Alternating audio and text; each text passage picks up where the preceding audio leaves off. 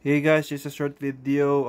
Gusto ko lang sanang gawin tong video para just to inform you guys na itong RX 580 na talamak ngayon sa Lazada, Shopee na napakamura, mabibili nyo lang sa halagang 3,299 or 3,400 ganun.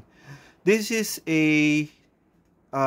fraud card. Hindi to siya 580 talaga, RX 580. This is a card na sa discontinued card ng XFX na 580 siya, RX 580 triple X edition, tapos 8 gig yung RAM niya, VRAM niya. So this is basically RX 570 na ginamitan nila ng special BIOS na modified BIOS para sa GPU-Z lalabas siya RX 580.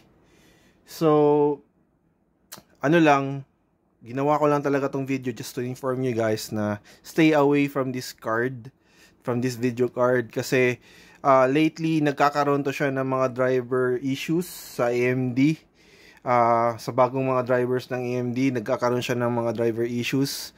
So nagkakaroon siya ng mga timeout. So ingat kayo guys sa pag-purchase nitong card.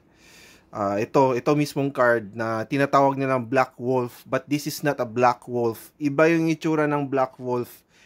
Black yung fans niya, yung sa Black Wolf, then red yung center niya. Ito baliktad, itim dito, then red yung fans. So this is not a Black Wolf. This is a triple X version, or XFX 570 triple X 8GB. Yun.